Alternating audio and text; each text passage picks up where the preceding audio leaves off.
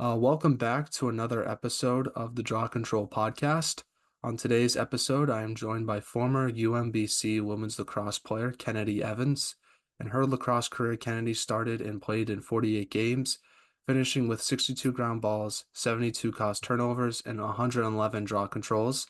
This allowed Kennedy to be named to the America East All Conference first team, named to the America East All Conference second team twice, and the American East All Rookie Team, as well as being nominated for the Retriever of the Year award from UMBC. Before college, Kennedy won a regional championship and a 2A Class state championship with South Carroll in 2019. She was named to the second team All County by the Carroll County Lacrosse Athletic Board as a sophomore and earned the CCLAB honorable mention as a freshman and junior. I'm super excited to have her on the podcast today. It's been a long time coming, so welcome to the podcast, Kennedy. And how is everything going? Thank you so much. I'm honestly so honored to be here. I love this whole concept. Like I was saying, I think it really cultivates lacrosse in the women's community. So super excited to be here. In terms of where I'm at now, I am navigating life post grad after college, which I will definitely say to all the athletes that are still there, enjoy it because it flies by. I never thought that a year ago from today, I would honestly be in this position so quickly. It happened in the snap of a finger. So it's definitely different navigating a new routine. Just the change in itself, I think it's been great because it's like that chapter is now closed. So trying to navigate now what I'm gonna end up doing, but obviously super hopeful to still stay connected within the lacrosse community for sure. Yeah, absolutely. Definitely a lot of more free time than you're used to in this time of year. Yes. Totally, not as much travel, I mean, we had such a strict schedule. I thought the fall was really nice for us because we always were given, allocated time for, the social aspects, but also to, crack down on academics. Because the spring we're traveling so much and we're in season, so I would definitely say this time last year was definitely very busy, but now I'm, navigating a new busy, so it's nice to kind of get back in routine, but it is weird having that routine be entirely different, not as demanding physically, but I will say mentally and emotionally going through that big change, it definitely feels different, but also the same, I would say, just because it is such a demanding lifestyle being a student athlete. But I think post grad, now navigating an absolutely entirely different identity of yourself is just as challenging for sure. Yeah, and like you sort of mentioned a few months ago, you graduate college. So I guess more specifically, what have you been up to since then? And do you still plan on being involved with lacrosse now that your college career is over? Yeah, most of this summer I've been traveling, catching up on plans that I really wasn't able to do the past 4 years just because summertime, we're always I used to live back on campus in the summer, just in my college house. So it was nice being able to have access to all the facilities and stuff. So kind of in the still demand in the summertime with working out, vacations, still making sure to crack down, prepare for the new school year. So I was really able to travel, see family that I hadn't seen in a while, catch up on friendships, and see friends that were finally back from college as well. Because as much as I was still living at UMBC in the summer most of the time, so were my friends at their other colleges. So it was nice to finally be able to reconnect with them this summer. But in terms of now, I'm just going through the job process of applications, interviews, and everything.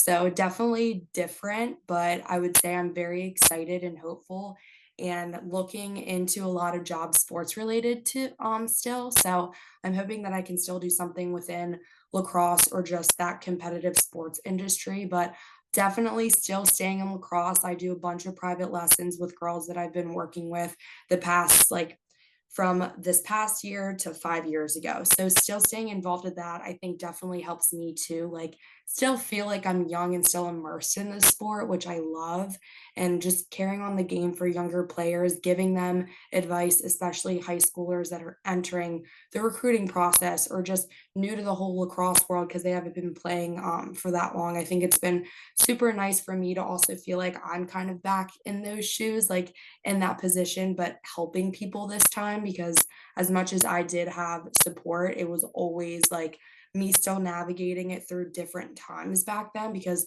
the recruitment for me was very different. So now having seen what other people go through, I feel like it's been very nice for me to be able to like be that voice and that role model for younger girls and help them navigate it, which I love because like I said, I love the lacrosse industry, just the relationships that it's kind of helped me with. And now going into like the real world of jobs and stuff, I have so many connections still, whether it's friends, coaches, other players, other mentors in the lacrosse industry that have been helping me navigate this new time of applying to jobs. So, which I really appreciate. So, I definitely want to give back and stay within the community for sure.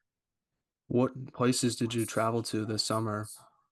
So I went to Mexico with all of my college roommates this summer. It was like our big graduation trip, which was so much fun. We had a blast. It was definitely different though, because I'd never gone on a trip with just friends before. It was more like family oriented things.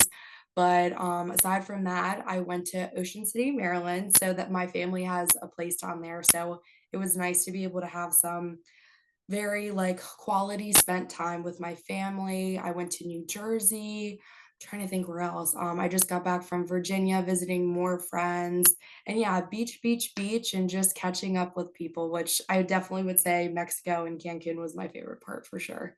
So you've been all around the Mid-Atlantic basically. Yes, I have. I'm, like, finally, like, home and present, which is, like, so great because it's now, like, summer's finally coming to an end, still, like, obviously going through all the job things the past, month or 2, but it was nice to have, like, that time to just, like, not worry about anything else. I told myself, I was like, "As much as this is the time for me to start planning for my future, I also wanted to give myself that grace of, like, taking that breather and letting myself come down, like, closing that chapter." Like, everyone thinks once you graduate, once, like, you step off the field for the last time, like, "Oh, everything's done, what's next?" But for me personally, it took me a minute to kinda, like, wrap my head around that and see what's next, and I wanted to make sure I had, like, that clear mind space to do it and didn't feel rushed. You see like a lot of friends jump into things and it's kind of overwhelming because you feel like, oh, I'm not on the same path, but I have been the past 4 years, like going to practices, traveling, having classes. So I think it took me a while to come to terms with, okay, I'm not ready for this. But I think once I did, it really helped me like mentally be in a better space, applying to jobs, having interviews set up. Like I didn't feel as rushed and I knew like finally, I was on my own time. Yeah, absolutely. I think from my observation of post grad life, it's the one time where there's not like a set path for everyone. Like when you graduate high Yes. school, you either really have to go to a job, go to like an industry, military, or college. That's basically what everyone has to do. And then after college, it's sort of like everyone has their own path of like trying to figure out what's next. And I think a lot of people are sort of in the same position as you are or they're not sure what to do. They're looking for jobs, and a lot of jobs aren't really hiring at the moment, specifically Mhm. for college students. So I feel like even though it sometimes might feel like you're on your own, from everything I've been reading, it seems like a lot of other people are going through the same stuff that you're going through now. Yes, I definitely agree. I think that's something that just reconnecting even with like friends from different schools, it's nice. Like I obviously like my heart goes out to them because I love all my people and I want them to like find those jobs and stuff, but it is comforting in a way knowing that like I'm not alone in all of this and even hearing from friends of friends like the same situation. So I think like it is nice to like have that like to fall back on like in those times of struggle like when I feel like so lost and I don't feel like I have it all together. It's nice to be able to like talk it out with the people that feel the same way because you're not naturally going to always know like what you want to do after college. Like you have the ideas of it, but it might not always like be the exact thing you jump into. And that's exactly what happened for me. So, kind of like having that time to adjust to it has definitely helped. And especially like talking to other people that are in the same boat as me for sure. So let's transition now and talk about your lacrosse career and sort of work all the way down to where you were, I guess, a couple months ago. So you're from Maryland. Talk about growing up there. How'd you start playing lacrosse? Who are some of your favorite teams and players that you like watch growing up? I'm just curious about sort of the background before college or before high school. Yeah. So, I mean, like, For me, when I started playing lacrosse, like, no one in my family did, like, both of my parents, like, had never played before, like, my dad was more of, like, the basketball, baseball route, and football, and my mom didn't, so it was very new to me, but having done, like, other, like, little clubs as a kid, like, I met my friend groups, and actually one of my best friend's moms, Kelly Vasquenza, she was like, we hit it off just as friends, and she was like, "Why don't we just start, like, the youth program?" So, my dad helped out, and my sister was a year older, Riley, so she obviously dove right into it as well, so it was kind of like a combined age group between that, like, 6 and 5 age. So, I jumped right into it just as much as I did with, I played soccer when I was a kid, wasn't a huge fan of it, jumped into basketball as well, so I loved basketball and lacrosse, so that's how I started, and then ever since then, it was just kind of it came naturally, like, I didn't really know, like, sports was all I knew growing up,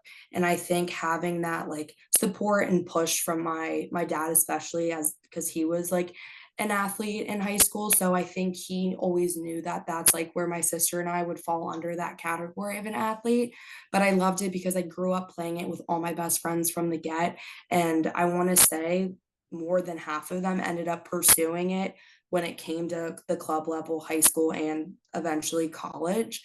So when we were younger, we would always go to like the Maryland lacrosse games because that's where we were all from. Like Maryland was just like a huge thing in lacrosse as was. And then just like as the program grew, like the Maryland lacrosse team, as it still is now, was always like super huge fan base, very competitive, great talent. So we would always take trips in the spring every year during our youth games and we would go out there, we'd take a big bus, like we'd have so much fun. We'd go on the field at halftime, which was great. All of us younger kids loved it. So growing up, I would definitely say I learned at a very young age playing lacrosse how competitive it was, but also for how new it was when I started. It wasn't like this huge thing, I would say. And now looking back, like lacrosse, like you hear it from everywhere, but it definitely, I would say, like took off in Maryland. So to grow up playing in Maryland, it definitely helped, I think, me grow like as a player, but also gain that publicity for other schools knowing I was from Maryland. So that's what I love, just being able to build relationships from such a young age and carry those into my older days for sure. And you mentioned this, but you have an older sister, Riley, who also played college lacrosse with St. Joseph's. I see the thing in the background of your Zoom screen. Yeah, So I what think it was it might be right like there. growing up with her, and how did she sort of help you out in your career? I mean, it was awesome, and I don't think I realized from a young age, like, how, like I definitely took it for granted when I was younger how special it was to be able to play with my sister, like, from the youth all the way until high school. We like I stated before, the recruiting process for me was very different back then, so, like, we didn't have this rule, so her and I would, like, email coaches together, like, we were very much on the same page with things, but growing up, she was definitely, like, the silent assassin on the field, like, she didn't always get as much credit, she didn't always, like, make the big plays, but she was always, like, the unsung hero, and I think that's, like, what led me to realize, like, how important that role is, and then I think filling those big, big shoes, they were not easy to fill at all, but my senior year of high school, I think not having her around that year is when I really realized like this was something so special that not a lot of people got to have. And I think that's honestly when our relationship too, just as sisters and lacrosse players continue to grow because not only was she just like a phenomenal athlete, but I think she's just a great person. And I feel like for me, when it comes to like who do you look up to like as an athlete or just someone who's like hard worker, like I honestly am just so big on like people who are good people and have good character, and she is the epitome of that, so I think that definitely strengthened our relationship and me just, like, knowing I always had the support from her going into high school, going into college, she was always there for me, which, like I said, I definitely took for granted when I was younger, but I think now, like, especially being out of college and everything, I will tell anyone, if you ever get the chance to play with a sibling, like, embrace it because it can end very soon, sooner than you expect. Yeah, and before college, you played for your high school at South Carroll, and you also played club lacrosse for Heroes. So my question is, what was that experience like playing for both of those teams? How did it sort of help prepare you for college lacrosse? And what's your favorite memory from those days when you look back on it now? So for Heroes, again, so I started playing for them when I was in 5th grade. We were the first 2020 group to start. Like they didn't have a team when I joined. It had just started. And who other than the very famous, very best lacrosse player that I knew growing up, Christy Black, was the coach. So I immediately was like, Mom, Dad, like I have to try out for this team. Like she was my idol. She was my number. So it was just like instantly I was like, I knew I had to try out. So I loved playing with people from different places, different counties. I think that really helped me also continue to build relationships with people going in the college route. And seeing each other off the field was just as special on the field. We really gained those relationships on and off. And I was also lucky enough to play with a lot of them: Courtney Vesquenza, Madeline Davis, Sydney Hill, Paige and Peyton Abbott, Kristen Gruber, Julia Weiss, who all pursued playing lacrosse in college as well. We all played high school together. So I think those relationships, like transitioning from club and high school, it just made the chemistry on the field that much better because we were playing together on two different teams, but for so long. So when it came to high school specifically, our team, we were always like the underdog in situations. And then when our sophomore year hit, we all like our team took off. I think a lot of people, we surprised a lot of people. No one expected us to be that good. And I think we liked having a little chip on our shoulder for sure. And then our junior year, we won the school's first ever state championship. We won a regional championship. And it was just so awesome because we were on so many highs together, even when we were all going through the recruitment process too. Like just having those relationships from two different teams, but all together, I think really helped all of us lean on each other and support one another. And it definitely showed on lacrosse field for both Heroes and South Carroll for sure.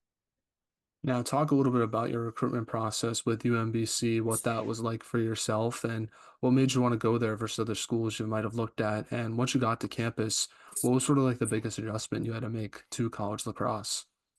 So I was a freshman in high school when I committed to UMBC. So I was what a lot of people would say now was very young. And I think I didn't realize how young I was in the moment.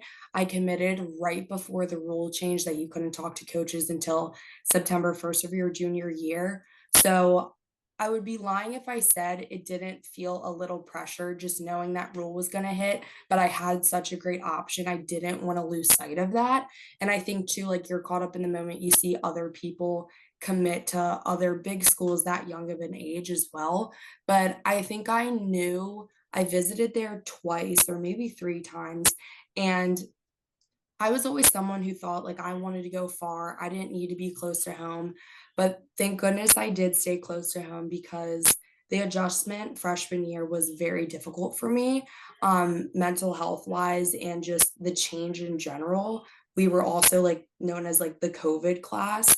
And my freshman year was very much still like the height of COVID. So it was definitely very difficult to be on a team, but not feel like you were on a team at the same time, practicing in pods, not being able to like hang out with our teammates in the dorms. We couldn't like have any of our like friends in there with us. So it was very difficult and it felt very isolating. But I think what reassured me in my decision and all of that, what I felt my freshman year of high school when I committed, just like the family aspect of it all, it didn't feel like I was just like joining a new friend group. I felt like I had 30 other sisters that I was going to be playing with and three other mother figures like Alex, Morgan, and Amy. They really just made me feel like so comfortable, which I'm very big on. Like when I meet someone, I want them to feel comfortable. So having that mutual feeling and respect for each other, they also were just it was such natural conversation and I could tell that they were really all in with me. Like I think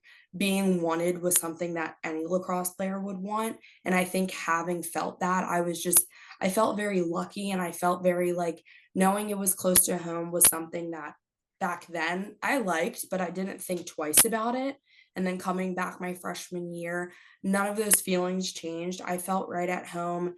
The chemistry between all of us girls, both on and off the field, was amazing. I met my best friends. I still talk to all of them daily. Girls, when I was a freshman that were seniors, I still talk to people that are still younger than me this time of the year as well. So I absolutely loved that. And I think the transition in itself, as difficult as it was, it definitely helped me knowing that those feelings never changed, and it came so natural with time for sure. Now, what was sort of like being a part of the American East Conference and playing that competition for every single game that you had? Because I feel like it's sort of an underrated conference, but I Yes. feel like it deserves more love. So I thought I would ask you about the competition that you guys face each game.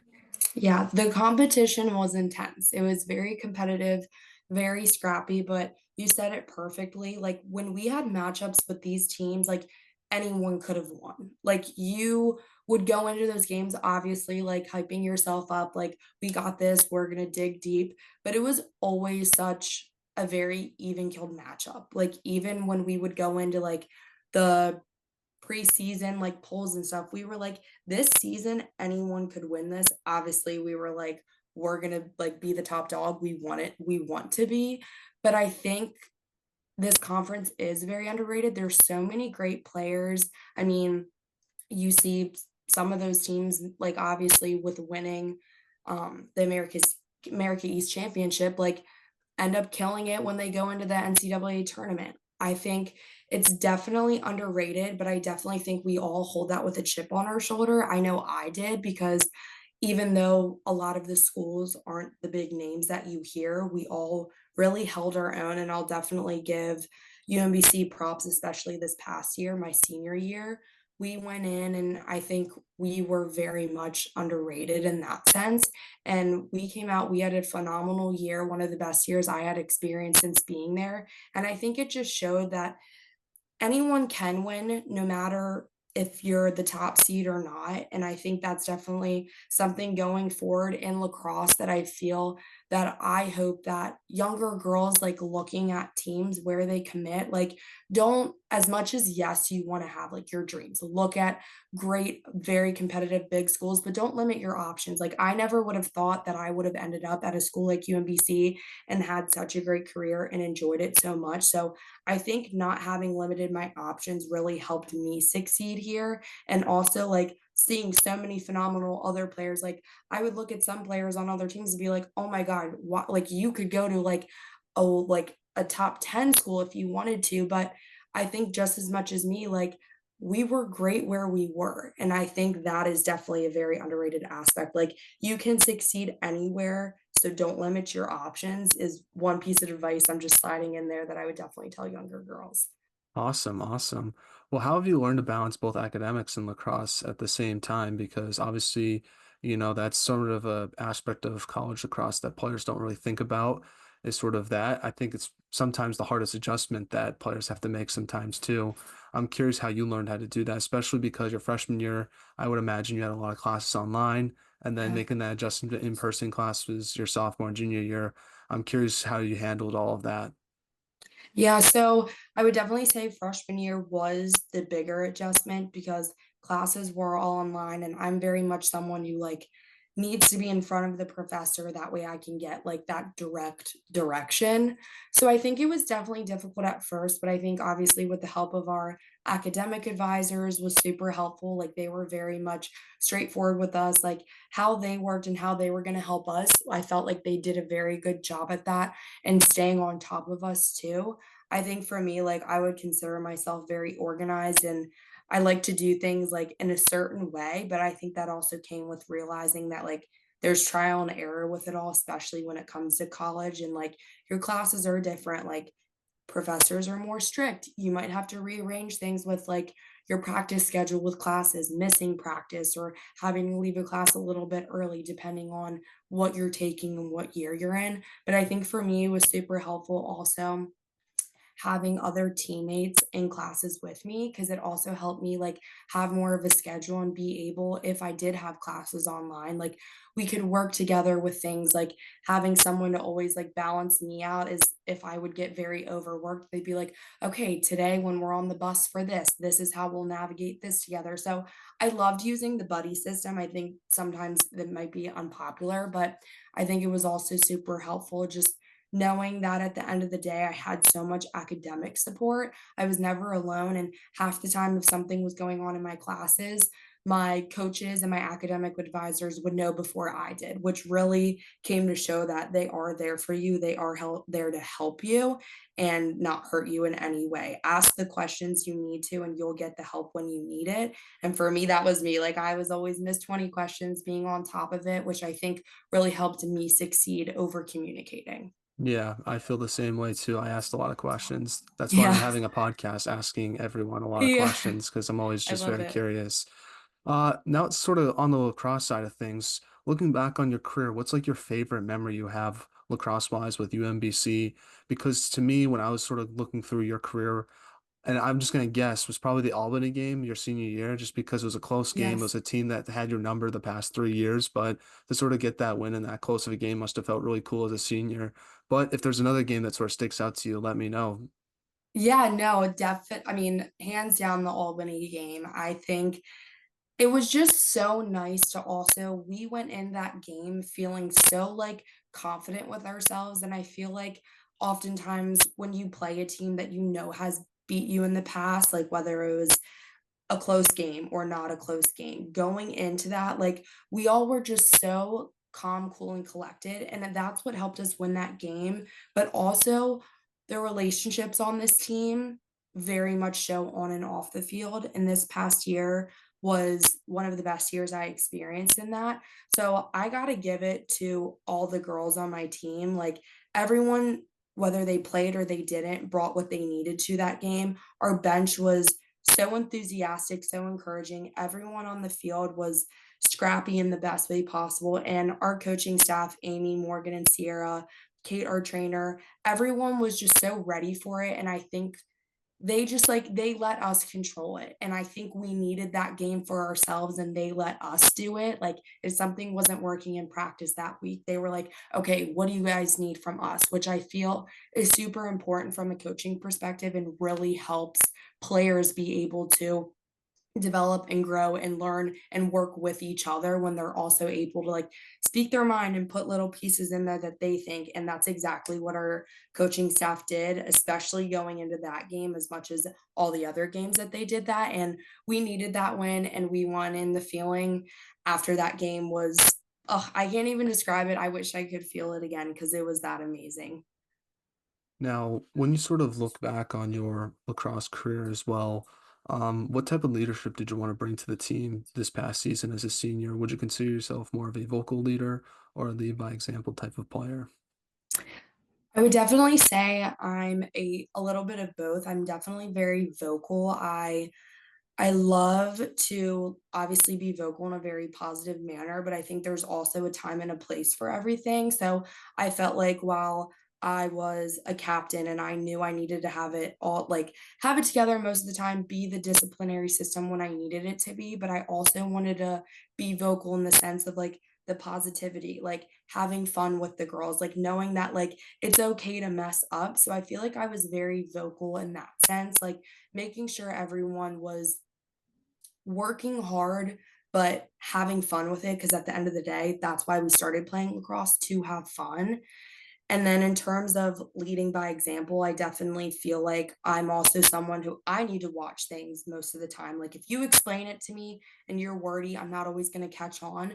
So I think as much as a communicator as I can be, sometimes I like to just be like, you know what, sit back and watch. And I think that helped me become that kind of leader because I was someone who always needed to see it. So I think a little bit of both for sure. But I think being vocal also helped me realize like when it was time to listen and not speak as well. Now, what will you take away from your time with UMBC when you look back on it now?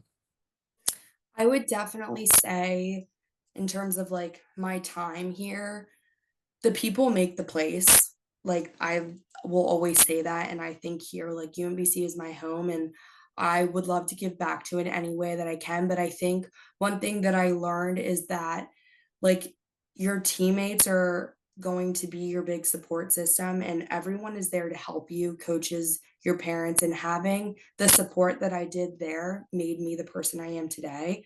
And I definitely want to like just give a shout out to everyone from that community because I wouldn't be where I am and who I am.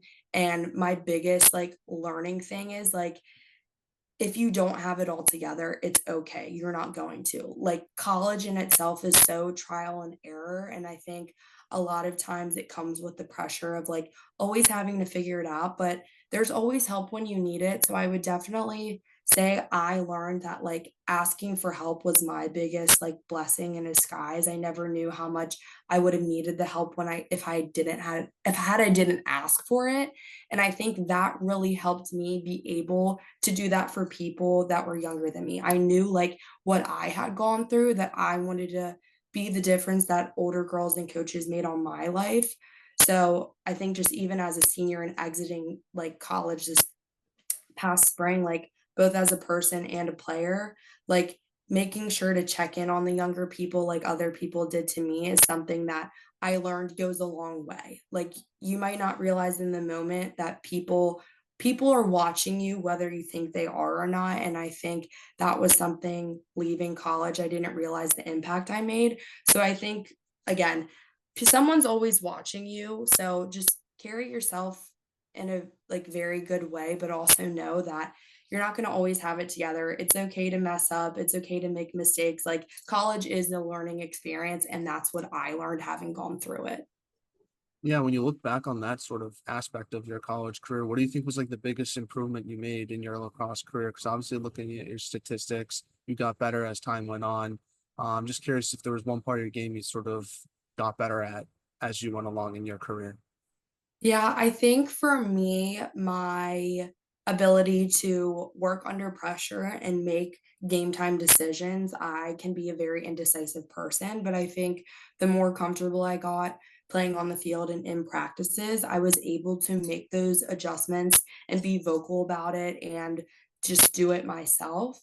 I think too, the draw circle was a huge adjustment for me. I had played it in high school and in club lacrosse, but not to the extent that I did in college. And my freshman year, I remember my first game, we played Towson, and I was told I was on the draw circle. And I didn't have the confidence, but I would definitely say coming to my senior year, like I was so glad that I was pushed in an uncomfortable situation to the point where I got comfortable.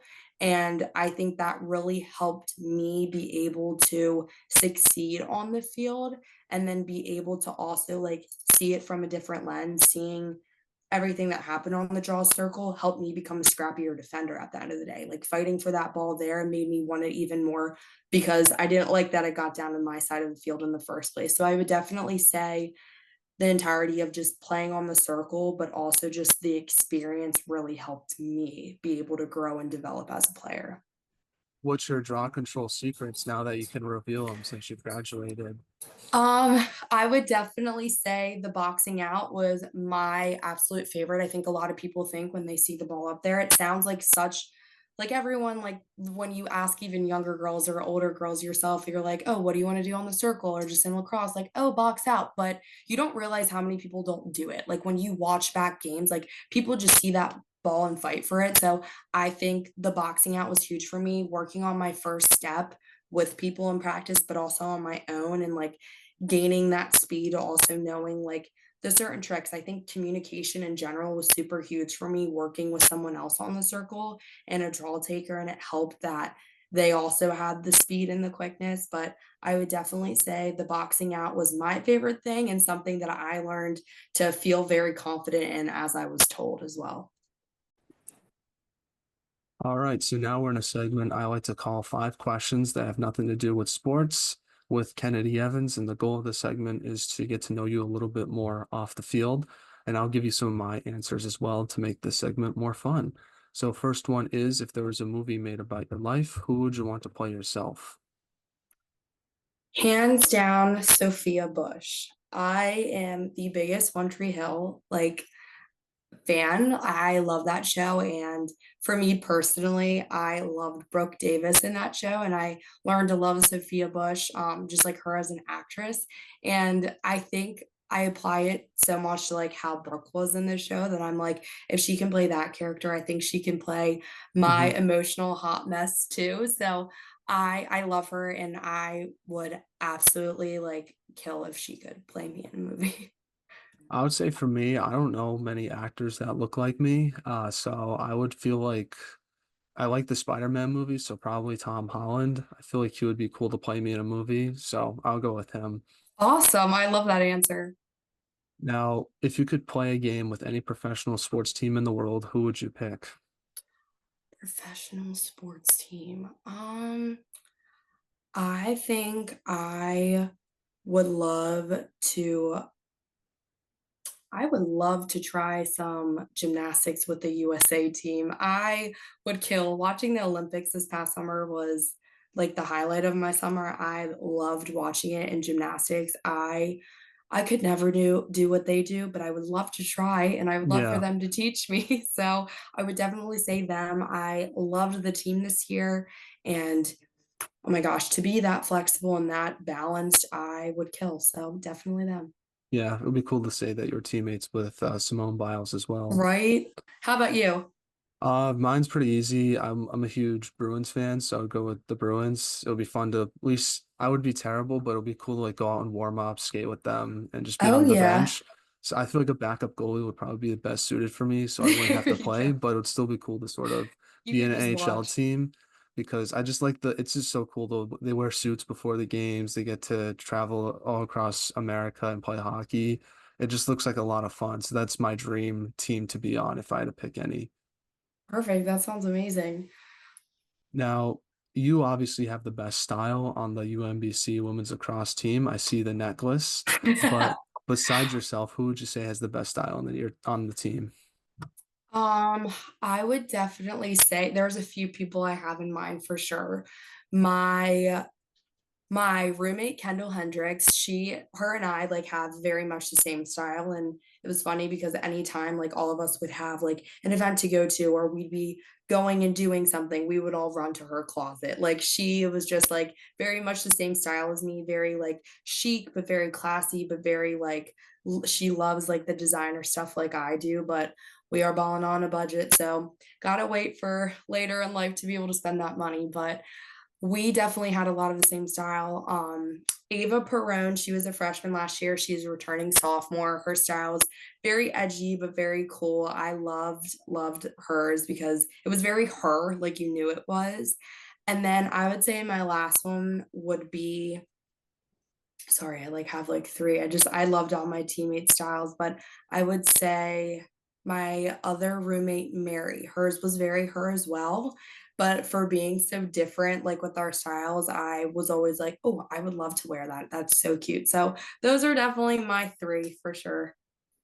Now, what is the most interesting thing you've read or seen this week? This week, Or just recently, it doesn't have to be this week. recently, oh my gosh. I don't know.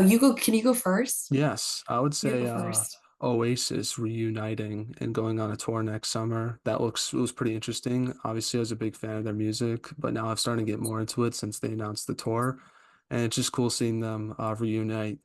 Just because you don't really see that anymore from older bands, and they're still pretty relatively young. They're like in their 50s, so they can probably do it for another like 20 years if they wanted to. So it was just cool seeing them reunite. I'm a big fan of Oasis's music, so I'll go with that. It's funny you said that. I think someone literally told me that the other day. I was with family and they actually said that. So I love that answer. You just reminded me, how could I forget? I just found out that One Tree Hill, they're doing a reboot. So they're Oh. doing it with two of their star actresses and I'm crossing my fingers they're going to bring back some of the other people, but I don't know how I forgot about that, but I'm so excited. I literally started rewatching the show as I have like 10 million times again because of that announcement. So that's mine. Is Sophia Bush coming back? Is she one of the main actors? She is, and All I'm right. so thrilled. That's all I needed to hear Hmm. her name. That's all. And then last non-lacrosse question is, do you think the Retriever is the coolest mascot name in college lacrosse? I think it's pretty cool because it's very unique, and I think it's probably the cutest animal mascot ever. It is, it's cute, it's unique, and dogs can still bite and we have that bite and I also love we have we don't have a retriever on campus, but the Oh, you police officer has a chocolate lab. His name is or her name is Chip. I think it's a her. I hope I didn't get that wrong.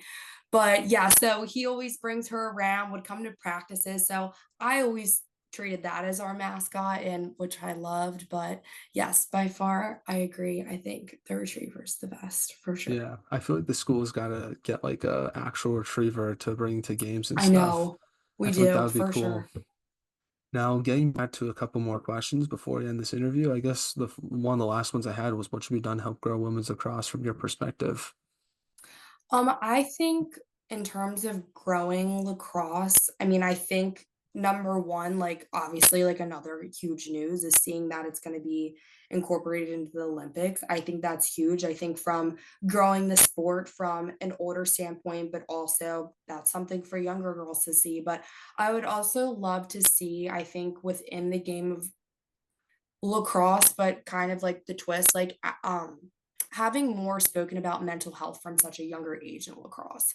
I think that is huge because for me, I think a lot of times you hit that stage later in life, coming in college, having all the pressures and all the different things to balance. But I think that is definitely something that can be used more and utilized for the younger girls just to see what they're getting into and what their life is going to be like and exposing them. And I think that will help grow the game because I think knowing for younger girls that the support is always going to be there, not just physically with trainers, but mentally as well with like mental health professionals. So for me personally, having gone through situations like that, I wish I knew from a younger age that those were things I was going to experience, but I was going to get through them. And there's resources out there.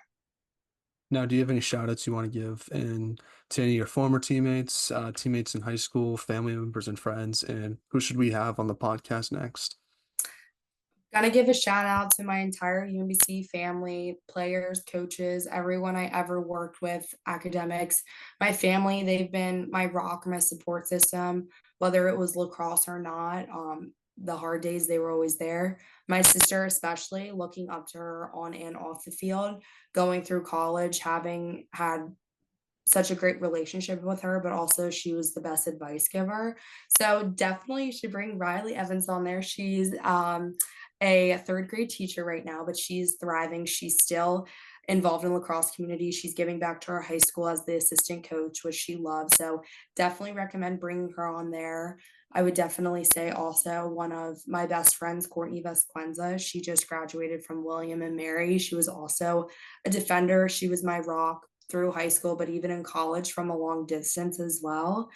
And then I would say just I I couldn't even just specifically say one person from UMBC because I think anyone you chatted with would be amazing. So definitely look into those girls for sure, both current and girls that left, because I think they're all great and you would have also just as great, if not more, a better conversation with them too. Yeah, I've only had one other UMBC player on the top of my head, which was Claire Boxty. Yes. So I feel like we got to get a current player on the Podnetcast for at least for the upcoming season. Awesome. Yeah, no, I think returner wise, I would love for you to take on one of my great friends, Isabella Fontana. She's the starting returning goalie there. So I think she Hmm. would be perfect for this as well. So definitely look into that. Well, Kennedy, I just want to say thank you so much for coming on the podcast and taking time out of your day. I really appreciate it. I think you're a great player and an even better person, and I just want to let you know that. And obviously, I'm wishing you all the best for your future endeavors. You're really smart and talented. I know you're going to be finding something very soon that you're going to do have a lot of success in. So, but thank you so much for coming on. I really appreciate it. Thank you. Likewise, I appreciate this opportunity and just you growing the game and having like open, honest conversations with girls. I think I didn't even say it before, but like you said, what would you want to see like more in like lacrosse? This, like genuinely this. I think this is great. What you're doing is amazing and congratulations for starting this and having made such a great platform for it. So, thank you for having me.